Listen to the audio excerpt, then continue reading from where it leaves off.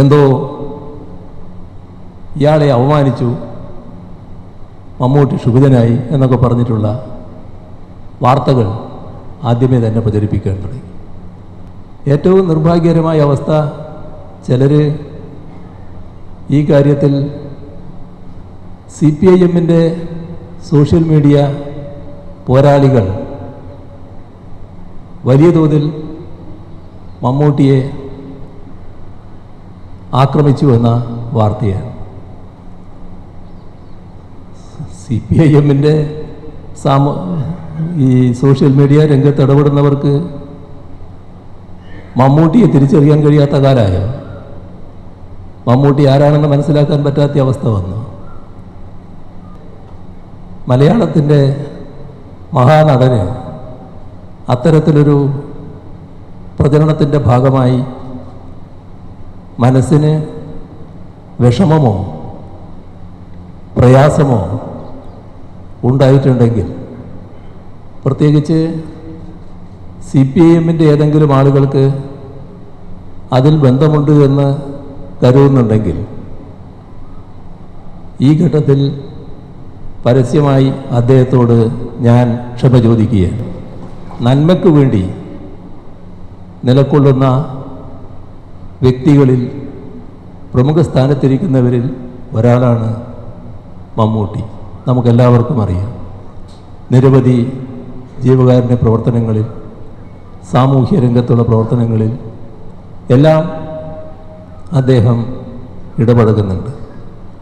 അങ്ങനെ പിന്നീട് ഒരു കാര്യം വന്നപ്പോൾ ഞാൻ അദ്ദേഹത്തിൻ്റെ ചില സുഹൃത്തുക്കളോട് അന്വേഷിച്ചപ്പോഴാണ് മനസ്സിലാകുന്നത്, ചെന്നൈയിൽ നിന്ന് നന്നേ കാലത്ത് കണ്ണൂരെത്തി, കണ്ണൂരോ കോഴിക്കോടോ എത്തി, അവിടുന്ന് കോഴിക്കോടാണ് എത്തിയത്, അവിടുന്ന് വയനാട്ടിലേക്ക് പോവുകയാണ്. അവിടെ എത്തി അത് കാണുക, അതിൻ്റെ ഭാഗമാവുക എന്നതായിരിക്കും അദ്ദേഹത്തിൻ്റെ ഉദ്ദേശം. ആ നല്ല മനസ്സോടെയാണ് അദ്ദേഹം ഇവിടെ എത്തുന്നത്. നമ്മുടെ നാട്ടിൽ എന്തിനേയും വിവാദമാക്കാൻ തയ്യാറാകുന്ന ആളുകളുണ്ടല്ലോ.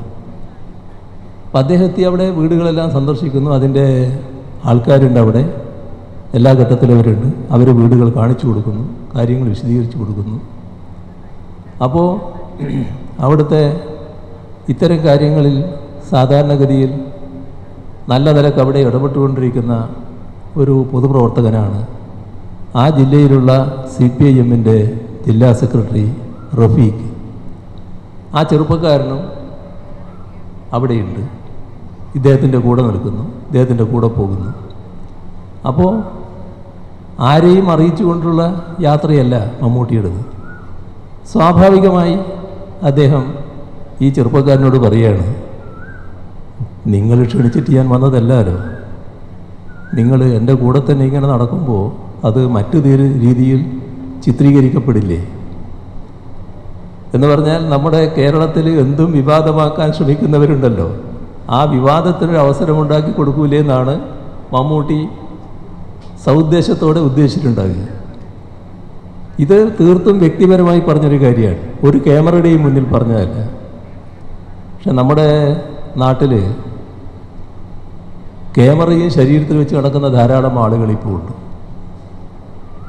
ആ കൂട്ടത്തിൽ ഒരാൾ ഇവരുടെ അടുത്ത് നിൽക്കുന്നുണ്ടാവും. ഇപ്പോൾ നമ്മുടെ ഷർട്ടിന് ബട്ടണുണ്ട്. ഈ ബട്ടൺ, സാധാരണ ബട്ടൺ എല്ലാവർക്കും ഉണ്ടല്ലോ, എന്നാൽ ചില ബട്ടൺ ക്യാമറയായിരിക്കും. നമ്മുടെ പോക്കറ്റിൽ പേനയുണ്ട്, ചില പേന ക്യാമറയായിരിക്കും, നമ്മളറിയില്ല. അപ്പോൾ ഇത് വിവാദമാക്കാൻ താല്പര്യമുള്ളവർ വലിയ തോതിൽ വിവാദമാക്കിയിട്ടു. എന്തോ ഇയാളെ അവമാനിച്ചു, മമ്മൂട്ടി ക്ഷുഭിതനായി എന്നൊക്കെ പറഞ്ഞിട്ടുള്ള വാർത്തകൾ ആദ്യമേ തന്നെ പ്രചരിപ്പിക്കാൻ തുടങ്ങി. പിന്നീട് വന്ന വാർത്തകൾ അതിൻ്റെ ഭാഗമായി സാമൂഹ്യ മാധ്യമത്ത് മമ്മൂട്ടിയെ വലിയ തോതിൽ ആക്രമിക്കുന്നുവെന്നാണ്. എന്തൊരു നിർഭാഗ്യകരമായ അവസ്ഥയാണെന്ന് നോക്കണം. നമ്മുടെ മലയാളത്തിൻ്റെ മഹാനടൻ നന്മ മാത്രം വിചാരിച്ച് കേരളത്തിൽ ഏറ്റവും മാതൃകാപരമായി പൂർത്തിയാക്കിയ ഒരു പരിപാടി കാണാൻ വേണ്ടി പോകുന്നു. അദ്ദേഹം ഗവൺമെൻറ്റിനെ അറിയിച്ചില്ല, രാഷ്ട്രീയ പാർട്ടികളെ അറിയിച്ചില്ല, ആരോടും ഡിസ്കസ് ചെയ്തിട്ട് പോയതല്ല. അദ്ദേഹത്തിന് സ്വന്തമായി പോകണം തോന്നി. സ്വാഭാവികമല്ലേ ഇത്? അങ്ങനെ ഒരുപാട് ആളുകൾ ചെന്നല്ലോ അവിടെ. എന്തിനാണ് അത് വിവാദമാക്കിയത്?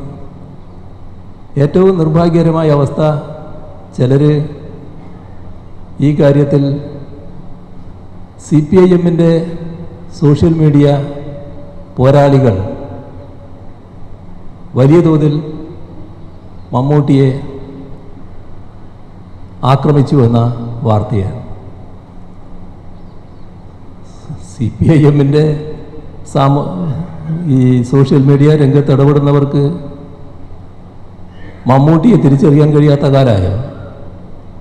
മമ്മൂട്ടി ആരാണെന്ന് മനസ്സിലാക്കാൻ പറ്റാത്ത അവസ്ഥ വന്നു. പക്ഷേ സോഷ്യൽ മീഡിയയിൽ പലതരത്തിലുള്ള അഭിപ്രായങ്ങൾ പലപ്പോഴും വരാറുണ്ട് എന്നത് നമുക്ക് ഏവർക്കും അറിയാം. ഏതായാലും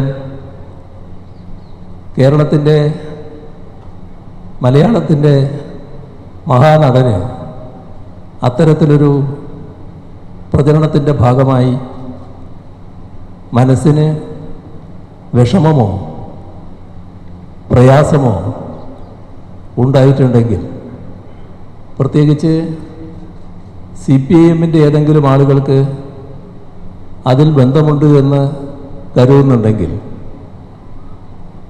ഈ ഘട്ടത്തിൽ പരസ്യമായി അദ്ദേഹത്തോട് ഞാൻ ക്ഷമ ചോദിക്കുകയാണ്. ഇവിടെ അത്തരത്തിൽ അദ്ദേഹത്തെ അപമാനിക്കുക എന്നത് നടക്കാൻ പാടില്ലാത്തൊരു കാര്യമായിരുന്നു.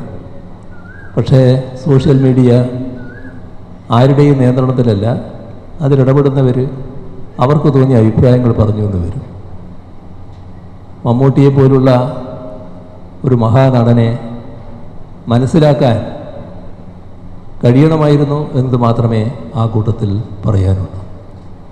ഏതായാലും അവിടെ റഫീഖ് ഇതുമായി ബന്ധപ്പെട്ട് കൃത്യമായ പ്രതികരണം നടത്തിയിട്ടുണ്ട്. ഏതെങ്കിലും തരത്തിലുള്ള അധിക്ഷേപങ്ങൾ ഉണ്ടായിട്ടില്ല എന്നതും അദ്ദേഹം വ്യക്തമാക്കിയിട്ടുണ്ട്. എങ്ങനെ നല്ലൊരു കാര്യത്തെ ചീത്തയാക്കാൻ ശ്രമിക്കുന്നു എന്നതിൻ്റെ ഉദാഹരണമാണിത്. ഇത് നമ്മുടെ നാട്ടിന് പൊതുവിൽ ഗുണകരമായിട്ടുള്ള ഒന്നല്ല. നന്മയെ തിരിച്ചറിയാനാവണം, നന്മയുടെ കൂടെ നിൽക്കാനാവണം. അതിനെതിരെ വക്രീകരണവുമായിട്ട് വരുന്നവരെ മനസ്സിലാക്കാനുള്ള സാമാന്യ ബുദ്ധി വേണം, അതിനുള്ള വിവേകം വേണം. ആ വിവേകത്തോടെ ആയിരിക്കണം ഇത്തരം കാര്യങ്ങളിൽ ആരായാലും ഇടപെടുന്നത്. ഇത് നമുക്കെല്ലാം ഒരു അനുഭവ പാഠമാണ് എന്നതുകൂടിയാണ് ഈ ഘട്ടത്തിൽ എനിക്ക് പറയാനുള്ളത്.